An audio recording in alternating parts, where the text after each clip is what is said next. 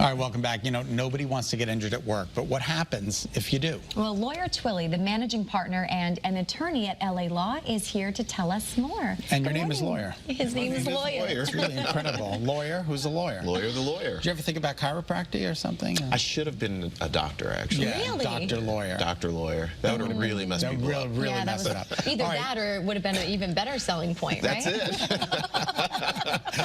All right, we're talking about people injured at work. Yeah. I think this is a very tenuous subject because I don't want to make my employer mad. And that's the thing. So here's the deal. Like, your employer isn't directing your treatment. You know, your employer may have a plan in place for you, places for you to go if you've been injured, but it's really your employer's insurance carrier that is sort of has a heavy influence in what happens. So in a situation, let's say, for example, you're hurt on the job and your employer will say, hey, we have a treatment plan with this provider. Why don't you go there and see what they tell you know, see what they say.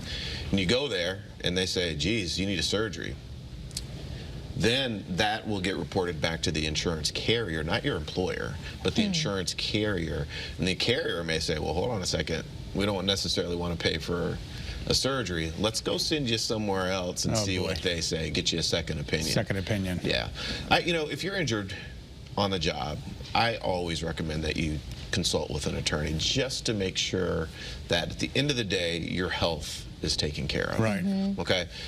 I feel like, and this is just my personal opinion, but I feel as though when you're injured on the job and you go through that conveyor belt of treatment, the insurance companies have way more influence on your care than you would if you were in a car accident and you were going to different doctors. And I'm just not comfortable with that. You know, and then what constitutes an injury at work? Is it like a paper cut or a broken bone? Or, what? Listen, carpal tunnel. Carpal tunnel is a big one. Carpal tunnel. Oh, yeah. All right. Really? Carpal tunnel is a big one where if somebody's sitting at their desk all the time and they're doing a lot of typing, it can, come on, and a lot of times you have to have surgery for that, carpal tunnel release surgery. That's very interesting. I didn't even think of that. So, I mean, people slip and fall all the time, stuff swollen, it happens. This is all to protect you. It's not to go after your employer. It's literally just kind of checks and balances, because you don't, at the end of the day, you want to make sure that you're as well as you can be, right? Correct. So, And remember, you're not going after your employer. Right. Your employer has insurance. And that's why that insurance is in place for things like this that do occur. So a lot of people are concerned that, oh, my job is going to look at me differently or whatever.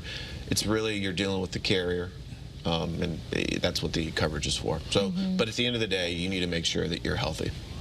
Any advice with, short-term disability, long-term disability? Because not everyone buys into that, or may not have a company that offers it. Yeah, I mean, listen, when I was younger, I never would buy that stuff. Now that I'm a little bit older, I buy it because it's just in case. Yeah, that's You what never know if something's going to come up where you need to avail yourself of that sort of coverage. You may have a surgery. Let's say you get injured and you have a surgery and you're going to be out of work for a while. That coverage will really come in handy.